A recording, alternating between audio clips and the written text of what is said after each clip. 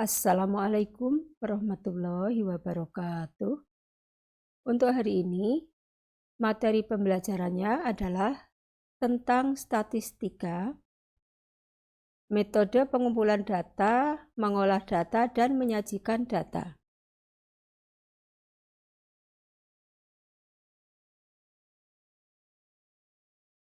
Satu, metode pengumpulan data. Dalam penelitian, ada beberapa metode yang dapat dipergunakan, antara lain satu atau A adalah wawancara. Wawancara merupakan pertanyaan-pertanyaan yang diajukan kepada responden dengan bahasa yang lugas dan baku untuk memperoleh informasi yang sangat diperlukan dalam tujuan untuk penelitian. Wawancara merupakan metode pengumpulan data di mana peneliti mendapatkan keterangan secara lisan dari responden secara langsung, baik secara tatap muka melalui responden. Wawancara atau interview adalah cara mengumpulkan data dengan mengajukan pertanyaan secara langsung kepada narasumber. Contoh 1, data tentang keadaan dan kondisi satu keluarga yang tinggal di daerah perkotaan yang sangat padat dan satu keluarga yang tinggal di daerah pedesaan, maka kalian dapat mendatangi kedua keluarga tersebut dan melakukan wawancara langsung kepada anggota keluarga di masing-masing daerah tersebut. Yang B, kuesioner atau angket.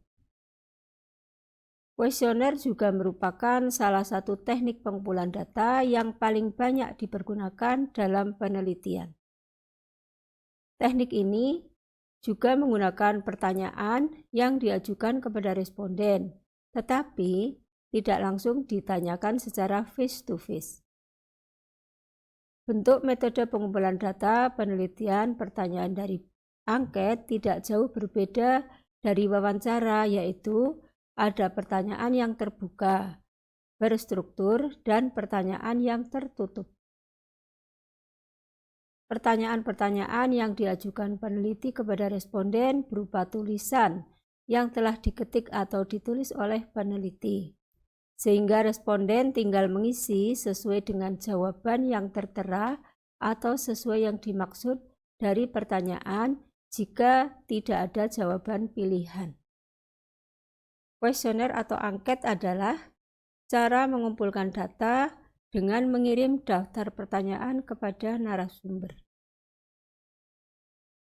Contoh, untuk mengumpulkan data tentang acara televisi yang disukai dan yang tidak disukai pada jam tertentu oleh masyarakat di wilayah RT 5, kalian dapat membuat angket yang berisi pertanyaan-pertanyaan yang berkaitan dengan acara televisi yang disukai dan tidak disukai pada jam tertentu. C. Metode observasi. Metode pengumpulan data penelitian ini menggunakan pengamatan daripada mengajukan pertanyaan kepada responden. Observasi dalam sebuah penelitian diartikan sebagai suatu pemusatan untuk mengamati suatu kejadian atau peristiwa dengan menggunakan seluruh indera yang dimiliki oleh peneliti. Observasi dapat diartikan sebagai pengamatan dengan sistematis atas fenomena-fenomena yang diteliti.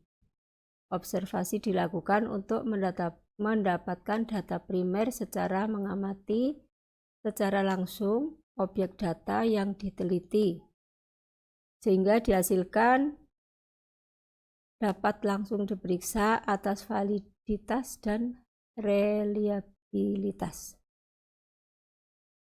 Observasi atau pengamatan adalah cara mengumpulkan data dengan mengamati objek atau kejadian.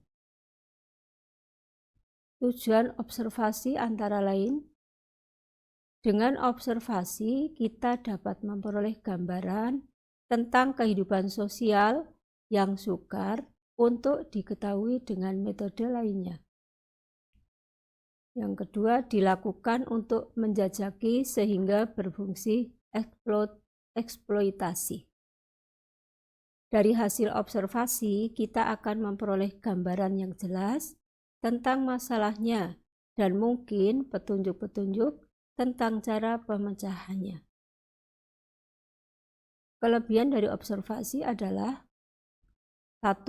Mudah, murah, dan langsung. 2. Tidak mengganggu sasaran. 3. Banyak gejala psikis yang bisa diamati. Kemudian yang keempat, pengamatan bisa secara banyak. Sedangkan kekurangannya adalah timbul sifat yang dibuat-buat. Kemudian subjektivitas tidak bisa dihindari. Sering membutuhkan waktu yang lama untuk mendapatkan datanya. Gejala psikis tertentu tidak bisa diamati. Contoh, data tentang tinggi badan dan berat badan siswa dalam satu kelas, kalian dapat melakukan pengamatan dari kegiatan pengukuran tinggi badan dan berat badan masing-masing siswa dalam satu kelas. Berdasarkan cara memperoleh, data terbagi menjadi dua, yaitu 1. Data primer adalah data yang diperoleh secara langsung dari sumbernya. Contoh, data banyak anggota keluarga dengan melakukan wawancara dari sumber data. Data mata pelajaran yang disukai dengan memberikan angket kepada siswa. Kemudian data tinggi badan dengan melakukan pengamatan, pengukuran tinggi badan. 2. Data sekunder, yaitu data yang diperoleh secara tidak langsung, diperoleh dari pihak lain. Contoh, data tentang nilai kurs rupiah diperoleh dari BPS atau Badan Pusat Statistik. Kemudian, data banyak siswa SMP dalam satu kota atau kabupaten diperoleh dari Dinas Pendidikan. Kemudian data banyaknya penduduk pada suatu desa diperoleh dari informasi di kelurahan setempat. Menyajikan data dalam bentuk tabel. Yang A, tabel baris kolom. Tabel ini digunakan untuk data yang terdiri dari beberapa baris dan kolom. Itu ya, daftar baris kolom. Kemudian yang B adalah tabel kontingensi.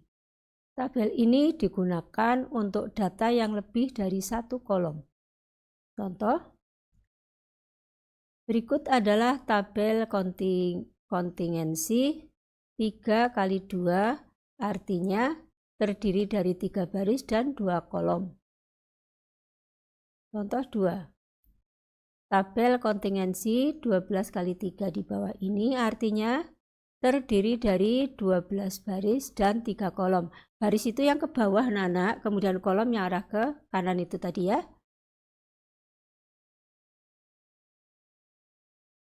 Kemudian yang C, tabel distribusi frekuensi. Tabel ini digunakan untuk data yang dibagi menjadi beberapa kelompok. Contoh, nilai ulangan siswa kelas 7B itu ya. Itu nilainya, kemudian banyaknya. 3. Mengolah dan menyajikan data dalam bentuk diagram batang. Ini adalah tabel nilai ulangan akhir semester pelajaran matematika kelas 7. Untuk mengetahui beberapa banyak siswa yang memperoleh nilai 70, 75, 80, 85, 90, 95, dan 100, tentu kita akan mengalami kesulitan. Cara mudah untuk mengetahui banyak siswa untuk setiap nilai adalah menyajikan data tersebut dalam bentuk diagram batang seperti gambar di bawah ini. Nah, ini anak-anak perhatikan contoh diagram batangnya itu ya. Diagram batang nilai ulangan akhir semester pelajaran matematika. Itu tadi kan yang nilainya 70 ada 3, yang nilainya 75 ada 6 dan seterusnya itu ya. Kemudian contoh kedua. Diagram batang di bawah ini menunjukkan hubungan antara banyak orang dan jenis pekerjaan di suatu wilayah. Ini anak-anak jenis pekerjaannya, ada pegawai negeri sipil, pegawai swasta, TNI atau Polri, BUMN, petani, nelayan, pedagang, dan lain-lain. Kemudian yang keempat, menyajikan data dalam bentuk diagram garis. Nah, ini anak-anak, sajian data dalam bentuk tabel diagram garis karena diagramnya berupa garis itu ya. Yaitu yang di bulan Januari ada kurs rupiahnya adalah 9.800, kemudian bulan Februari itu dan seterusnya itu ya, sampai bulan Desember. Kemudian yang kelima, menyajikan data dalam bentuk diagram lingkaran. Diagram lingkaran biasanya digunakan untuk menyajikan data dalam bentuk persentase. Menyajikan data dalam bentuk diagram lingkaran hampir sama dengan menyajikan data dalam bentuk diagram batang dan diagram garis. Data dalam bentuk tabel. Nah, ini anak-anak tabelnya antara jenis pekerjaan dengan banyaknya pegawai, banyaknya orang. Kemudian data dalam bentuk lingkaran. Ini anak-anak, diagram lingkarannya. Itu ya, yang petani 20%, BUMN 12%, kemudian PNS 24%, dan pegawai swasta 12%, serta TNI 16%, kemudian lain-lainnya 8%, pedagang 4%, dan nelayan 4%. Sekian pembelajaran pada hari ini. Terima kasih atas perhatiannya. Selamat belajar, semoga sukses. Assalamualaikum warahmatullahi wabarakatuh.